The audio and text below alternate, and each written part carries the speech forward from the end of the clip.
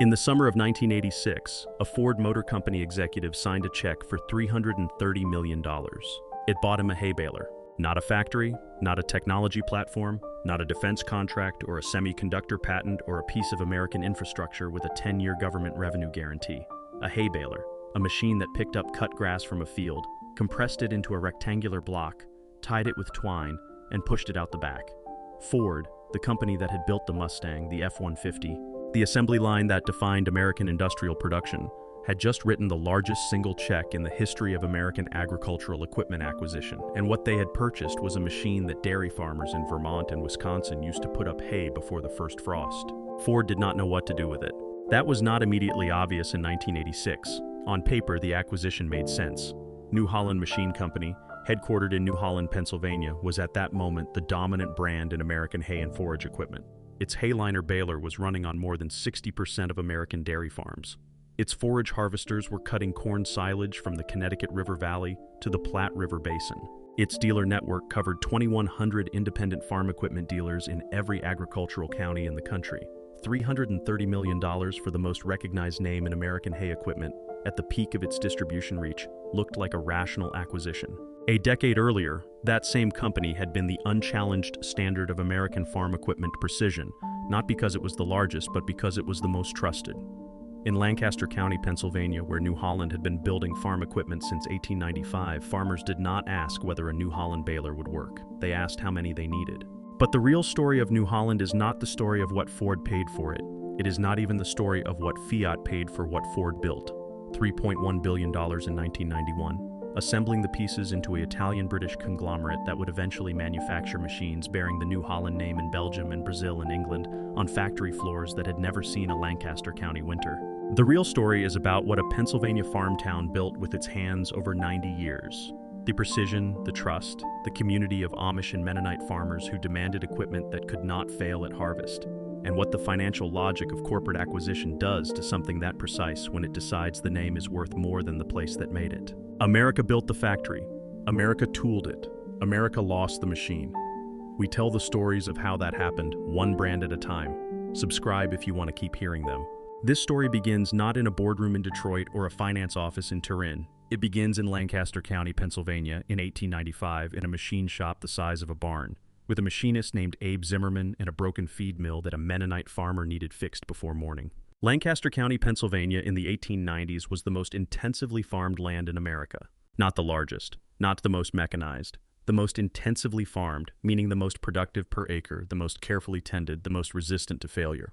The farms were small by Midwest standards, rarely more than 100 acres, but they were managed to a precision that agricultural observers from Germany and England came specifically to study. The soil was deep limestone loam, built over 2 centuries of careful stewardship. The drainage was managed. The rotations were disciplined, and the farmers, predominantly German-descended Mennonite and Amish communities whose ancestors had been working this ground since the 1720s, did not farm for speculation. They farmed because the farm was the structure of their life, their community, and their economy, all three at once, which meant their equipment had to work, every time, in every condition. Without a factory service representative within 100 miles, without a telephone to call for parts, without the option of losing a day's harvest to a mechanical failure that a better-built machine would not have had. This was the market Abe Zimmerman opened his shop into in 1895. Zimmerman was not an inventor in the Thomas Edison sense. He did not arrive in New Holland, Pennsylvania, with a patent and a business plan. He was a machinist, a man who understood how metal moved, where it failed, and what it took to make a repair that would hold through a second season and a third.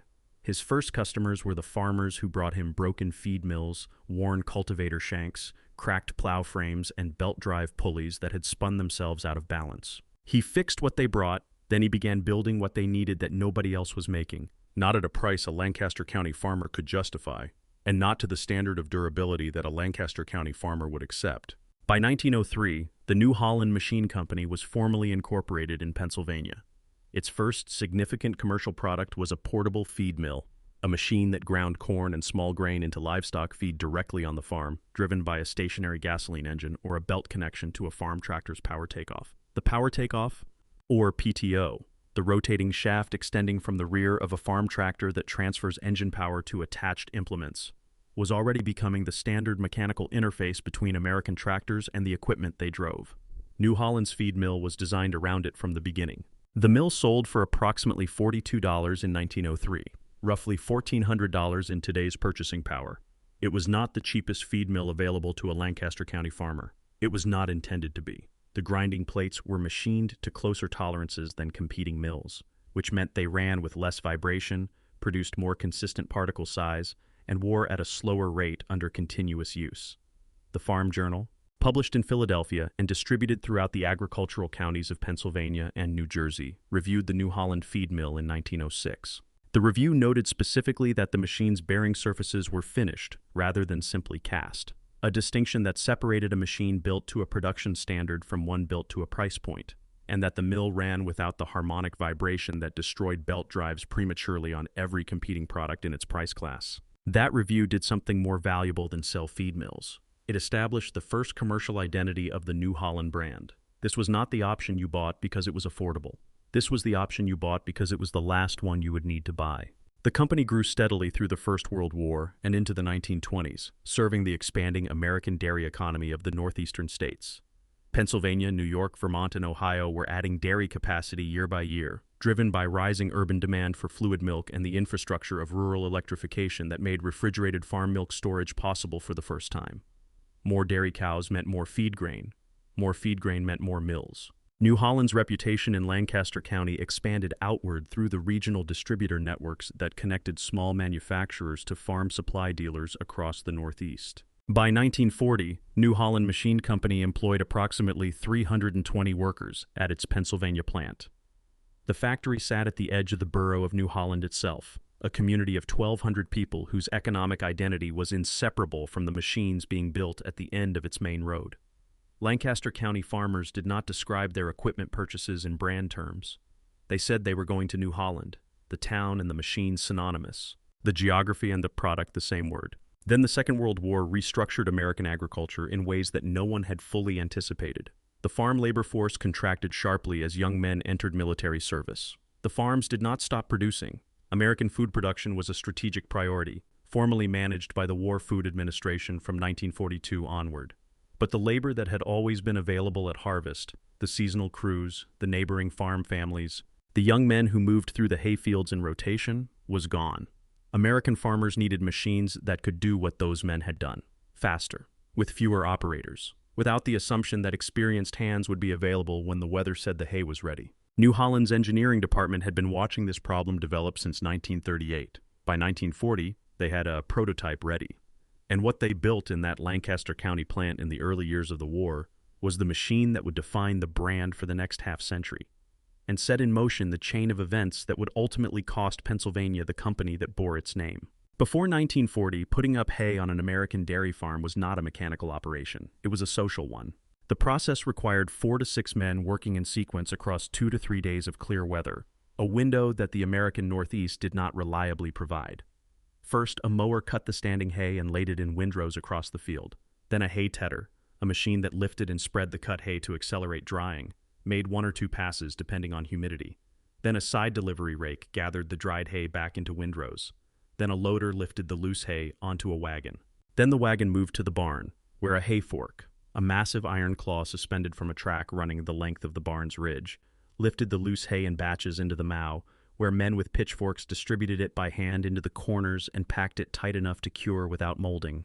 Every step required coordination, every step required labor, and every step was hostage to weather. A thunderstorm arriving on day 2 of a 3-day operation did not just delay the harvest, it destroyed it.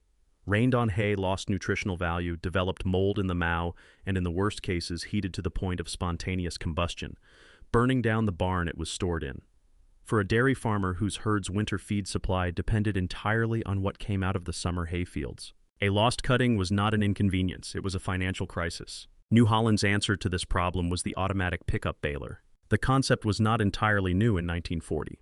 Square balers, machines that compressed hay into rectangular blocks and tied them with wire, had existed in commercial form since the 1930s, but they were stationary or semi-stationary machines that required the hay to be hauled to them.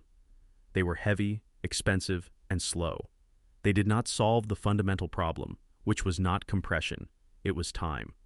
The American dairy farmer needed a machine that could move through the field, gather the hay, compress it, tie it, and deposit the finished bales on the ground in a single continuous operation, driven by one tractor, operated by one man, fast enough to clear a field before the next weather system arrived. The New Holland Model 66 baler, introduced commercially in 1946 and refined through 1947, did exactly that. It attached to the rear of a farm tractor via a drawbar hitch and was driven by the tractor's PTO shaft. As the tractor moved down the windrow, a rotating pickup reel, a cylinder of spring steel tines that revolved continuously just above the ground, gathered the hay from the windrow and fed it into the baler's compression chamber. Inside that chamber, a reciprocating plunger compressed the hay into a rectangular block.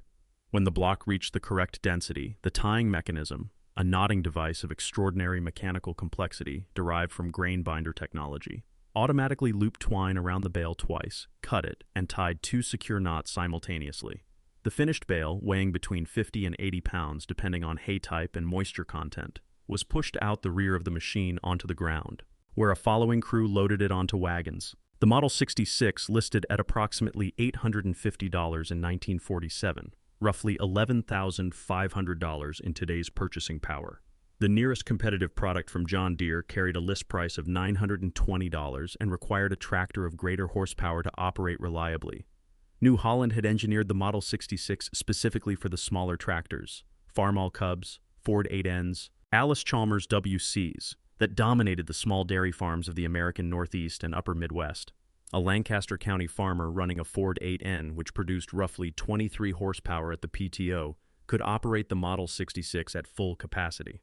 The same farmer could not reliably operate the John Deere equivalent without upgrading his tractor, an additional expenditure that made the competitive price advantage meaningless. That engineering decision was not accidental. It was the product of 2 generations of New Holland engineers who had spent their professional lives in Lancaster County, selling equipment to Lancaster County farmers, watching those farmers operate equipment in Lancaster County fields. They knew the tractor fleet. They knew the field sizes. They knew that the Mennonite farmer with a 120-acre operation and a Ford 8N was not going to buy a new tractor to run a baler. They built the baler for the tractor he already had. This was New Holland's competitive moat, and it was nearly impossible to replicate from the outside. John Deere built equipment for the large-scale Corn Belt operation. International Harvester built for the commercial grain farmer. Massey Harris built for the export market. New Holland built for the small American dairy farm, with the specific knowledge of a company that had been selling to that farm for 50 years, from a town that those farmers drove through on the way to church. The dealer network that Sperry Corporation inherited when it acquired New Holland in 1947 for $3.5 million was not simply a list of equipment dealers. It was a community infrastructure. Men who knew their customers' equipment, their acreage, their tractor models, their hay yields, their credit situations, and their tolerance for mechanical complexity. A Claas salesman from Harsewinkel, Germany could not walk into that network and compete, not in 1947, not in 1957, not yet. The Sperry acquisition, Sperry Corporation, the Philadelphia-based technology and industrial conglomerate, gave New Holland something the Lancaster County machine shop had never had: national distribution reach. Within 5 years of the acquisition, Sperry New Holland equipment was appearing in farm supply catalogs from Maine to Oregon. The USDA Cooperative Extension Service, the federal agency that provided agricultural technical assistance to American farmers through land-grant university networks, included the Model 66 baler in its recommended equipment lists for dairy operations in 1951. The Future Farmers of America, whose vocational agriculture programs equipped hundreds of thousands of young Americans with practical farming skills, used Sperry New Holland equipment as demonstration machinery in chapter programs across 23 states by 1955. The nameplate on the baler was not a city of origin. It was a harvest guarantee. And for the next 2 decades, that guarantee held across American dairy farms, across the upper Midwest silage country, across the hay ground of the Shenandoah Valley and the Connecticut River Valley and the rolling pastures of central New York. Held through drought years and wet years and the transformation of American agriculture that followed the Second World War. Held until the machines became so essential and the brand so valuable that someone in a boardroom far from Lancaster County decided it was worth $330 million. But that decision was still 40 years away. In 1958, the only thing that mattered in Lancaster County was that the Hayliner 68, the successor to the Model 66, refined over a decade of field experience into the most reliable hay baler in American agricultural history, had just come off the New Holland assembly line. And the American dairy farmer was waiting. The Hayliner 68 was not a redesign, it was a refinement, which in American agricultural engineering is a more demanding standard than invention. Invention requires one correct answer. Refinement requires 10,000 correct answers accumulated over a decade of field reports from dairy farmers in Vermont and tool room feedback from mechanics in Lancaster County and warranty claim analysis from dealers in Wisconsin and Minnesota who had watched the original Model 66 perform across soil types and climate conditions and operator skill levels that no engineering department could have anticipated from a Pennsylvania machine shop in 1946. The hayliner 68 incorporated every lesson the Model 66 had taught. The pickup reel was wider, gathering a broader windrow in a single pass and reducing the number of tractor passes required to clear a field. The plunger stroke was faster, producing more bales per hour without increasing the horsepower demand on the tractor. The knotting mechanism, the most mechanically complex and failure-prone component of any square baler.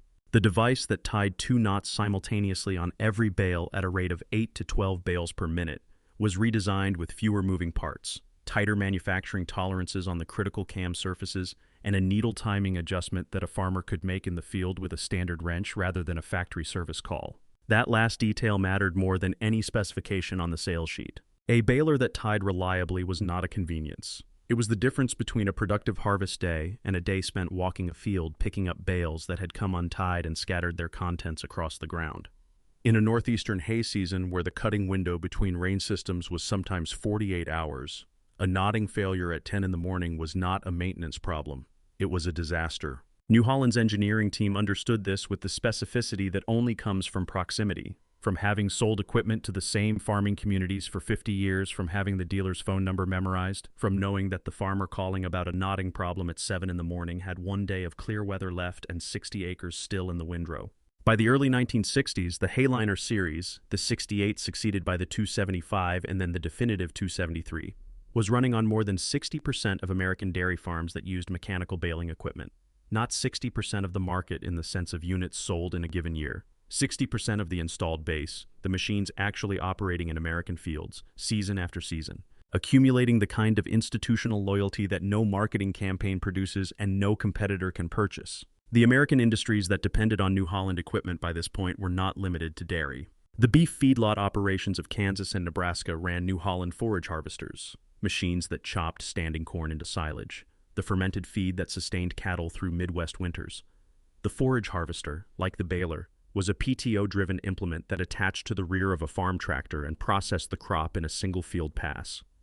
New Holland's 1000 series forage harvesters, introduced in the late 1950s, could chop and blow corn silage into a following wagon at a rate that allowed a single operator to fill a 20-foot upright silo in a single day's work.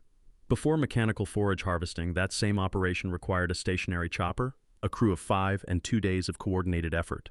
The hayseed production operations of Oregon's Willamette Valley, the region that supplied the majority of commercial grass and legume seed to American and export markets, ran New Holland equipment for precision seed harvesting, where the same gentle handling characteristics that preserved hay quality in dairy applications preserved seed viability in seed crop applications. The cooperative extension services of New York, Pennsylvania, Wisconsin, Minnesota, and Iowa, the land-grant university networks that provided technical and economic guidance to American farm operators, formally recommended Sperry New Holland equipment in their hay and forage management publications through the 1960s and into the 1970s. These were not endorsements purchased through advertising relationships. They were the conclusions of agricultural engineers at Cornell, Penn State, Wisconsin-Madison, and Iowa State who had tested the equipment in university research operations and found it performed a specification under conditions that revealed the weaknesses of competitive products. The 4-H program, the Youth Agricultural Education Organization operating through the USDA's Cooperative Extension Network, used Sperry New Holland equipment as demonstration machinery in chapter programs across 31 states by 1965. Every young person who learned to operate a baler through a 4-H program in those states learned on a New Holland. The brand was not simply present in American agricultural culture. It was embedded in the formation of the next generation of American farmers. The dealer network that Sperry had inherited in 1947 and expanded through the 1950s reached 2,100 independent dealers by 1972. These were not chain retail operations. They were locally owned farm equipment dealerships, family businesses in agricultural county seats, run by men who had grown up on farms, who knew their customers by name, who carried parts inventory for machines that were 10 and 15 years old because their customers were still running them. The New Holland dealer in Fond du Lac, Wisconsin knew which farmers in his county were running 1958 hayliner 68s and which ones were ready to upgrade. He knew their acreage, their tractor models, their credit histories, and their harvest schedules. He was not a retail outlet. He was a node in an agricultural knowledge network that no corporate distribution system could replicate efficiently. By the mid-1970s, Sperry New Holland's annual revenue had reached approximately $400 million. The New Holland, Pennsylvania plant employed 3,200 workers at its peak, the largest single employer in Lancaster County by a margin that made the company not simply an economic anchor, but the defining institution of the community it had grown from. The plant ran 2 full production shifts. The engineering department occupied a building that had been expanded 3 times since 1947. The parts warehouse shipped to dealers in 75 countries. And on a dairy farm in Dane County, Wisconsin in the summer of 1966, the machine that measured all of this was not a revenue figure or a market share statistic. It was a hayliner 68 running through the second cutting in a 4-day window between rain systems, with a farmer who had not stopped the tractor since 6 in the morning. On a dairy farm in Dane County, Wisconsin in the summer of 1966, the cutting window for second crop hay was 4 days. 4 days between the tail end of a July weather system moving east across Lake Michigan and the leading edge of the next one building over the Dakotas.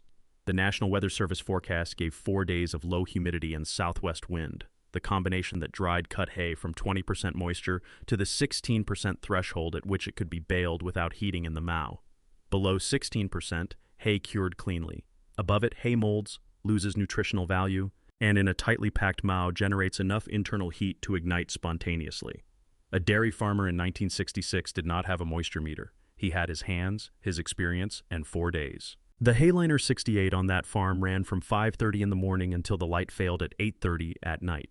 15 hours a day for 4 days. The tractor, a Farmall 460, 54 horsepower at the PTO, pulled the baler through windrows of mixed alfalfa and timothy at a ground speed of 4 miles per hour. The pickup reel gathered, the plunger compressed, the knotter tied. Bale after bale emerged from the rear of the machine and dropped onto the stubble in rows that the following crew loaded onto a flatbed wagon, hauled to the barn, and stacked in the mow by hand. 847 bales in 4 days. 1 machine, 1 operator on the tractor. The cutting window closed on the evening of the 4th day when the clouds moved in from the northwest and the humidity climbed back above 70%. Every bale was tied. Not one came apart in the field. In the arithmetic of a 1966 Wisconsin dairy operation, 847 bales of second-crop alfalfa timothy mix represented approximately 40 tons of dry matter. The difference between a herd of 30 Holsteins fed through February on farm-grown hay and a herd fed on purchased feed at a cost that erased the margin on a year's milk production. The difference between a farm that made money in 1966 and one that borrowed against the next year's crop to cover the feed bill was, in many cases, exactly this: 4 days, 1 machine, and whether the knotter held through 847 cycles without a failure. It held, every time. That was what the nameplate meant. This is the stakes sentence of the New Holland story. Not a military contract, not an aerospace program, not a defense industrial certification. The stakes were simpler and more fundamental than any of those. The stakes were whether a family farm survived a Wisconsin winter, whether 30 dairy cows ate hay or purchased silage, whether a Lancaster County farmer's son, who had learned to set the baler's knotter timing by feel before he was 16, would still be farming the same ground his father had farmed. The precision that New Holland built into its equipment was not precision for its own sake. It was precision in the service of agricultural survival, the specific, unforgiving arithmetic of American dairy farming, where the margin between viable and insolvent was measured in tons of dry matter and days of clear weather. By the late 1960s, the metrics of New Holland's American industrial presence were as follows. Annual production at the New Holland, Pennsylvania plant reached approximately 28,000 units. Balers, forage harvesters, and allied hay equipment in the peak years of 1968 and 1969. The plant's 3,200 workers represented the highest concentration of specialized agricultural equipment manufacturing expertise in the eastern United States. Sperry New Holland held the dominant market position in American square baler sales, a position it had held continuously since the early 1950s. With an estimated installed base of more than 300,000 machines operating on American farms at any given time through the late 1960s and early 1970s. The company's export operation, managed through Sperry's international distribution infrastructure, placed New Holland equipment in 75 countries by 1975. The Canadian market, where the hay and dairy farming conditions of Ontario and Quebec closely matched those of the American Northeast, was the largest single export destination. The Australian market, where large-scale mixed farming operations required the same reliable baling performance that American dairy farmers demanded, was the second. Western European sales were growing, particularly in the British Isles and France, where post-war agricultural modernization programs were replacing draft animal operations with mechanized equipment for the first time. Sperry New Holland's consolidated revenue reached approximately $400 million in fiscal year 1975. Adjusted for inflation, that figure represents roughly $2 billion in today's purchasing power, generated almost entirely by machines designed to cut, compress, and store grass. The American Agricultural Press, which had followed New Holland since the Farm Journal Review of 1906, treated the brand's dominance as a settled fact of American farming life. Implement and Tractor magazine, the trade publication that covered American farm equipment manufacturing with the same seriousness that American machinists covered the machine tool industry, ran a profile of the New Holland, Pennsylvania plant in 1971 that described it as the most productive specialized hay equipment facility in the world. The profile noted that the engineering department had not missed a single product cycle introduction since 1947, that every 2 to 3 years a refined or successor model had arrived on the market before the competitive pressure from John Deere or International Harvester had fully materialized. That record of disciplined product development, sustained over 24 years and 4 model generations, was the clearest evidence of what Sperry New Holland actually was at its peak. Not simply a successful manufacturer, but a company with a genuine engineering culture, one built from the ground up in Lancaster County, sustained by proximity to its market, and capable of the kind of continuous incremental improvement that no acquisition could easily replicate and no competitor could quickly close. It was also, by the mid-1970s, exactly the kind of company that a conglomerate with a short-term earnings horizon would look at and see something different entirely. Not an engineering culture, not a community institution, not a precision manufacturing operation built over 80 years in a Pennsylvania farm town. A balance sheet, a brand valuation, an acquisition target. The weather was about to change. And this time, no Baler in Lancaster County was going to be able to work fast enough. The farm crisis of the early 1980s did not arrive without warning. It arrived with the Federal Reserve's announcement in October 1979 that it would raise the federal funds rate until inflation broke. Inflation broke, so did American agriculture. By 1981, the federal funds rate had reached 20%. The practical consequence for American farm operators was immediate and catastrophic. Farmland values, which had risen steadily through the 1970s on the assumption of continued commodity price inflation, collapsed when the monetary tightening that ended inflation also ended the speculative land appreciation that had underlain a decade of farm borrowing. A farmer in Iowa who had purchased 160 acres in 1976 at $2,200 per acre, borrowing against projected commodity revenues that the inflation environment of the late 1970s had made credible, found in 1982 that the same land was worth $1,100 per acre, that his operating loan carried an interest rate of 18%, and that corn prices had fallen from $3.40 per bushel to $2.60. He was not buying a new baler. Neither were his neighbors. Across the American dairy belt, from Lancaster County, Pennsylvania, through the Finger Lakes of New York, through the dairy counties of Wisconsin and Minnesota, farm equipment purchases collapsed. The American farm equipment industry as a whole saw its domestic sales fall by 40% between 1980 and 1986. International Harvester, which had been the largest farm equipment manufacturer in the world, filed for restructuring in 1984 and sold its agricultural equipment division to Tenneco, the parent company of J.I. Case, in a transaction that eliminated one of the foundational American farm equipment brands from independent existence. John Deere survived by drawing down its balance sheet to a degree that alarmed its own board of directors. Alice Chalmers, whose West Allis, Wisconsin plant had been producing farm equipment since 1901, ceased agricultural equipment production entirely in 1985 and sold its farm equipment assets to Deutz of West Germany for a price that reflected liquidation more than acquisition. Sperry New Holland was not immune. The company's revenue, which had reached $400 million in 1975, had grown through the late 1970s on the strength of export sales and the continued replacement cycle of its large installed American base. But by 1982, the replacement cycle had stopped. American dairy farmers were not replacing 10-year-old balers with new ones. They were repairing them. The New Holland dealer in Fond du Lac, Wisconsin, who had been moving 4 to 6 new balers per year through the late 1970s, sold 2 in 1982 and 1 in 1983. The parts business held, the equipment business did not. Sperry Corporation, watching its agricultural equipment division's revenue contract while its defense and technology divisions, Sperry ran computers, Sperry gyroscopes, Sperry navigation systems, continued to grow, made a strategic decision that was entirely rational from a conglomerate's perspective and entirely consequential for Lancaster County. In 1986, Sperry sold New Holland to Ford Motor Company for $330 million. Ford's strategic logic was straightforward and, in retrospect, characteristic of the diversification thinking that damaged several large American industrial companies in the 1980s. Ford's automotive business was under sustained competitive pressure from Japanese manufacturers. The company's management believed that diversification into non-automotive industrial equipment would reduce its exposure to the cyclical volatility of the car and truck market.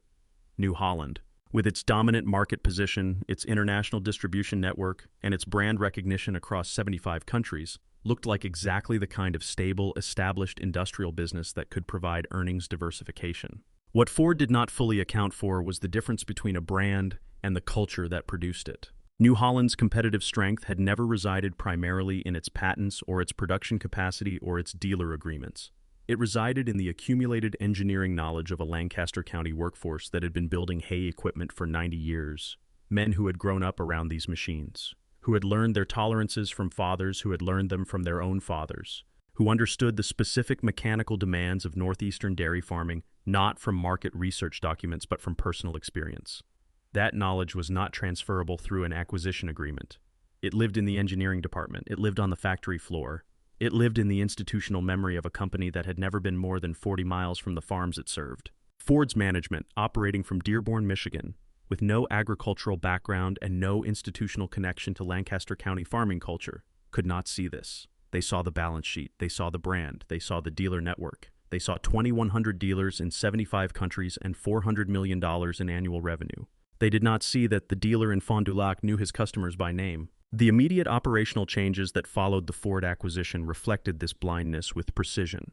Ford combined its existing Ford Tractor division, a separate operation that had been producing tractors in Basildon, England since 1964, with the New Holland equipment lines to create a single integrated agricultural equipment business under the Ford New Holland name. The combination made organizational sense on paper. On the ground, it created immediate channel conflict. Ford tractor dealers and New Holland equipment dealers served overlapping but distinct customer bases, operated on different margin structures, and had different relationships with their farming communities. Forcing the two networks into alignment under a single corporate structure generated friction that neither group had asked for, and that Ford's management, remote from both dealer communities, was poorly positioned to resolve. The product development consequences were equally damaging. Ford's platform rationalization strategy, the same logic that had served the automotive business by reducing the number of unique components across vehicle lines, was applied to agricultural equipment with results that the engineering department in Lancaster County recognized immediately as wrong. Specialty equipment designed for specific farming applications was consolidated into broader platform products intended to serve multiple market segments simultaneously. The hayliner line, which had succeeded precisely because it had been engineered for the specific tractor horsepower range and field conditions of the northeastern dairy farm, was redesigned under Ford's platform logic to accommodate a wider range of tractor sizes and operating conditions. It became less precisely suited to the farmer it had been built for. The implement and tractor review of the Ford New Holland Baler line in 1988 noted, with the careful language of trade journalism, that the revised equipment showed evidence of design by committee, that the refinements that had characterized successive New Holland models through the Sperry era were less evident in the post-acquisition product cycle. The review did not say the machines were bad, it said they were less distinctively good. For a brand whose entire market position rested on being distinctively good, that was a consequential distinction. While Ford was rationalizing product lines in Lancaster County, the competitive landscape of global hay and forage equipment was moving in a direction that platform consolidation alone could not address. Claas, the German agricultural equipment manufacturer founded in 1913 in Harsewinkel, Westphalia, had been building forage harvesting equipment since the 1930s and had entered the American market in limited volume through the 1970s. By the mid-1980s, Claas's Jaguar self-propelled forage harvester series was establishing a premium market position in American large-scale dairy and beef operations that New Holland's pull-type harvester line could not match on performance. The Jaguar was not cheaper than comparable New Holland equipment. It was substantially more expensive, but in the large confinement dairy operations of California's San Joaquin Valley and the commercial feedlot belt of western Kansas and the Texas Panhandle, operations running 500 to 2,000 head, harvesting thousands of acres of silage corn per season, The Jaguar's throughput capacity and chop quality justified the price differential by a margin that made the purchasing decision straightforward. New Holland had no competitive answer in the self-propelled forage harvester category. The engineering investment required to develop one had not been made during the Sperry years, when the company's profitability rested comfortably on the square Baler franchise. It was not made during the Ford years, when the priority was platform rationalization rather than new category development. The large-scale American silage market, the fastest-growing segment of American hay and forage equipment through the late 1980s and 1990s, moved progressively toward Claas and later toward John Deere's expanding self-propelled harvester line. Vermeer Manufacturing, a Pella, Iowa company founded in 1948 that had developed the round baler as a commercial product in the early 1970s, presented a different competitive challenge. The round baler produced cylindrical bales weighing 500 to 1,200 pounds, depending on crop type and machine setting. Round bales could be left in the field and covered with plastic wrap, eliminating the need for immediate transport and barn storage. They could be moved with a tractor-mounted spear attachment rather than by hand. For the livestock operations of the American South and West, beef cow-calf operations running on larger acreages with smaller labor forces than the northeastern dairy farms that had built New Holland's franchise, the round baler was not simply a product preference. It was an operational transformation. New Holland entered the round baler market, but it entered late and without the institutional knowledge that had made its square baler dominant. The company that had spent 40 years refining the knotting mechanism of the square baler to a standard of reliability that defined the category was now competing in a product segment where Vermeer had a 15-year head start and John Deere had committed the engineering resources of the largest agricultural equipment company in the world. New Holland's round balers were competent. They were not definitive. The American dealer network felt this erosion before the revenue figures confirmed it. The independent farm equipment dealer in agricultural county seats across the Northeast and Upper Midwest, the men who had built their businesses around the New Holland franchise through the 1960s and 1970s, began to see their New Holland sales mix shift. Square baler parts and service revenue held because the installed base of aging machines continued to require maintenance. New equipment sales softened because the farmers who were buying new equipment were increasingly buying round balers, and the round baler they were buying was not always a New Holland. Ford, having failed to integrate the New Holland and Ford tractor operations into a coherent competitive enterprise, made the decision that conglomerates make when an industrial acquisition has not performed to expectation. They sold it. In 1991, Fiat SPA, the Turin-based Italian industrial conglomerate whose agricultural equipment division, Fiat Agri, produced tractors and implements under the Fiat, Laverda, and Heston brand names, acquired Ford New Holland for $3.1 billion. The acquisition price was nearly 10 times what Ford had paid Sperry 5 years earlier, a figure that reflected the global scale of the combined business rather than the health of its American manufacturing operations. Fiat combined Ford New Holland with its existing Fiat Agri operation to create a single global agricultural equipment platform. The combined entity was reorganized under a holding structure that would eventually become CNH Global, Case New Holland, following the 1999 merger with Case Corporation, itself the product of Tenneco's acquisition of International Harvester's agricultural division a decade earlier. The corporate chain that now owned the New Holland name stretched from Lancaster County, Pennsylvania, to Turin, Italy to London, England, where CNH Global was incorporated, to Amsterdam, where its shares traded on the European exchange. The company that Abe Zimmerman had built to serve the farmers who drove through his town on the way to church was now a line item in a European industrial conglomerate's agricultural equipment segment report. The manufacturing consequences followed the ownership logic with the inevitability of a weather system arriving from the northwest.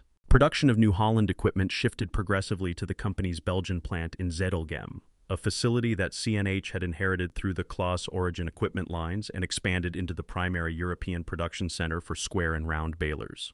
The New Holland, Pennsylvania plant, which had employed 3,200 workers at its peak in the late 1960s, saw its workforce contract through the 1990s as production transferred to Zedelgem and to CNH's Brazilian facility in Curitiba. By 2000, the Pennsylvania plant employed fewer than 800 workers. By 2005, the figure had fallen below 400. Then the sentences get shorter, because that is how it ended. The engineering department that had designed the hayliner was reduced to a liaison office. The Lancaster County workforce that had held the knotter tolerances for 50 years retired without replacements. The dealer network that had known its customers by name was absorbed into CNH's Consolidated Dealer Restructuring Program. The New Holland, Pennsylvania plant shifted to light assembly and warehousing. Production left Pennsylvania. Zedelgem received the machinery. Lancaster County lost the jobs. The name remained. The company did not. The name New Holland exists today. That fact requires careful examination. CNH Industrial, the global agricultural and construction equipment conglomerate that emerged from the 1999 merger of Case Corporation and New Holland N.V. Dow, itself a subsidiary of Fiat, continues to manufacture and sell equipment under the New Holland brand in more than 160 countries. The current New Holland product line includes tractors, combine harvesters, square and round balers, forage harvesters, and specialty harvesting equipment covering virtually every segment of global agricultural production. The brand's global revenue, as part of CNH Industrial's agricultural equipment segment, runs in the billions of dollars annually. None of it is made in New Holland, Pennsylvania. The tractors bearing the New Holland name are assembled in Basildon, England, a facility that Ford established in 1964 to serve the European market and that CNH inherited through the acquisition chain. The balers and forage harvesters are produced primarily in Zedelgem, Belgium, a plant that has been continuously expanded since the 1990s, and that now employs approximately 3,000 workers producing equipment for global markets. The Brazilian facility in Curitiba produces equipment for South American markets. The Indian facility in Greater Noida produces equipment for Asian markets. The borough of New Holland, Pennsylvania, population approximately 5,000, Lancaster County, 40 miles west of Philadelphia, remains a functioning community. The farms around it are still farmed, many of them by the same Mennonite and Amish families whose ancestors drove past the Zimmerman machine shop in 1895. The fields still grow hay. The dairy operations of Lancaster County still put up first and second and third cuttings through the Pennsylvania summer. The equipment running in those fields does not say New Holland, Pennsylvania on the casting. It says New Holland. The city on the nameplate is gone. The name is not. What survives in America, concretely and without corporate mediation, is the secondary market for the machines that the Pennsylvania plant actually made.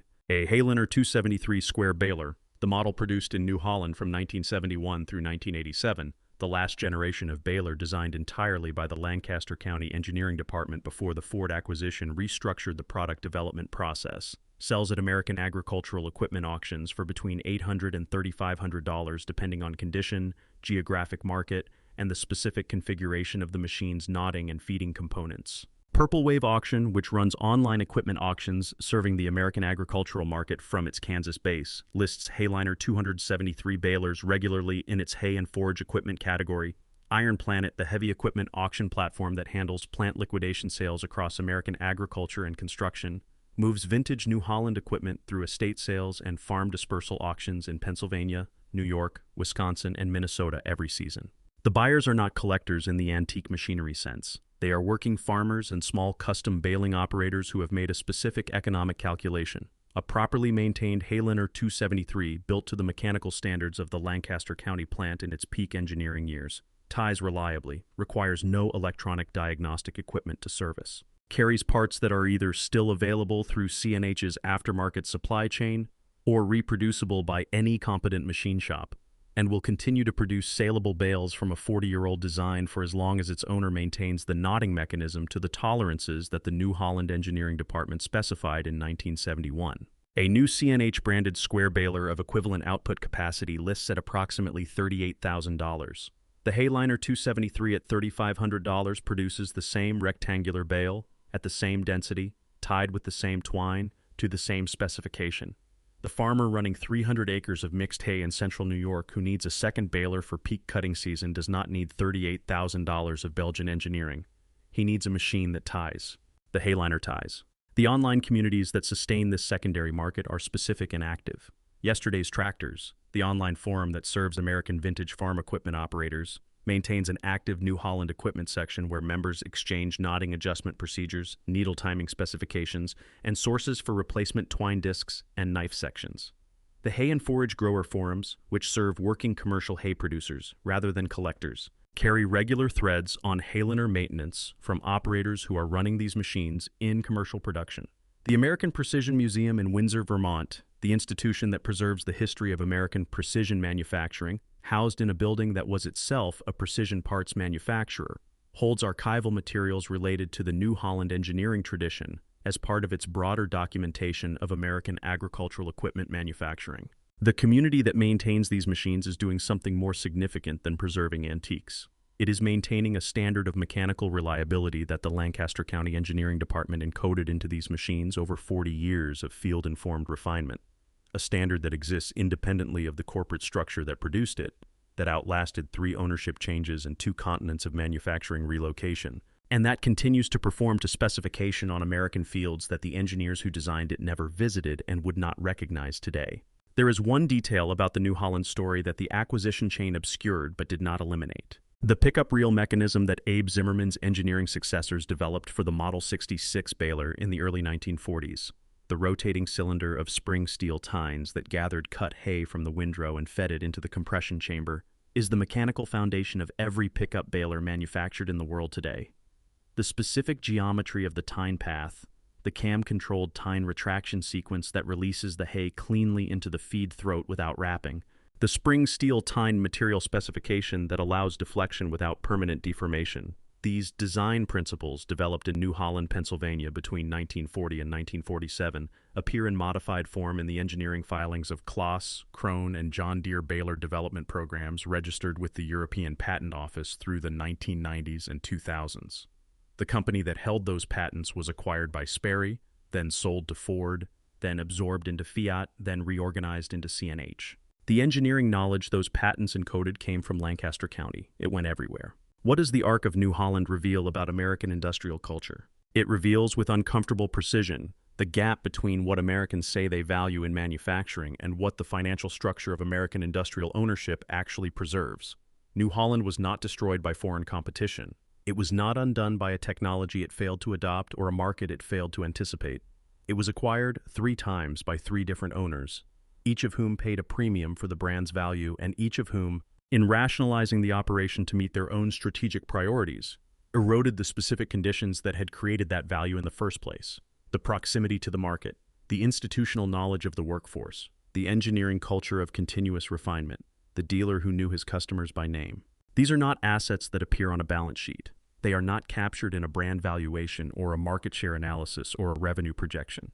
They are the accumulated consequence of 90 years of a company building equipment for the farmers who lived within driving distance of its factory, and they evaporate with no particular drama and no single identifiable moment of loss. In the years following the third acquisition by a conglomerate whose agricultural equipment strategy is managed from Turin, the American farm did not lose New Holland the way it lost a crop to early frost. It lost it the way it loses topsoil, gradually, invisibly, one season at a time, until the day a farmer notices that what he is standing on is not what it was, and cannot say precisely when the change occurred. Somewhere on a dairy farm in Lancaster County, Pennsylvania, within 20 miles of the machine shop where Abe Zimmerman fixed a broken feed mill for a Mennonite farmer in 1895, a hayliner 273 sits in the equipment shed between the second and third cutting. The paint is faded to the particular yellow of a machine that has been through 40 Pennsylvania summers. The decals are mostly gone.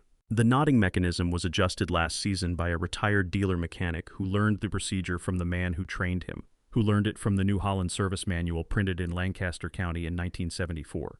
The tractor that will pull it through the windrows next week was not made in America, but the baler was. And when the weather breaks and the hay is ready and the cutting window opens for 48 hours between 2 July weather systems moving across the Susquehanna Valley, that machine will do what it was designed to do: gather, compress, tie, and release, to the tolerance that a Lancaster County Engineering Department specified more than 50 years ago on a factory floor that no longer makes anything at all. See you in the next one.